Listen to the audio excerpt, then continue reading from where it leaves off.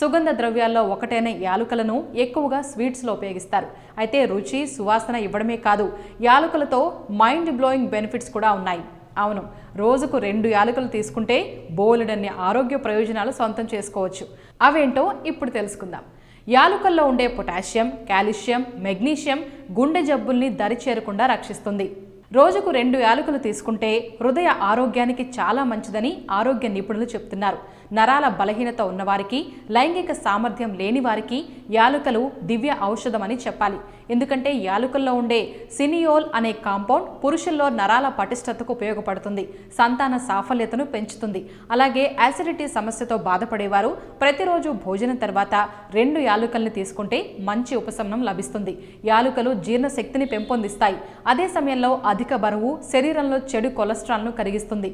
ఇక యాలుకల్లో మ్యాంగనీస్ ఎక్కువగా ఉంటుంది. అది డయాబెటీస్ రిస్క్ నుంచి రక్షిస్తుంది.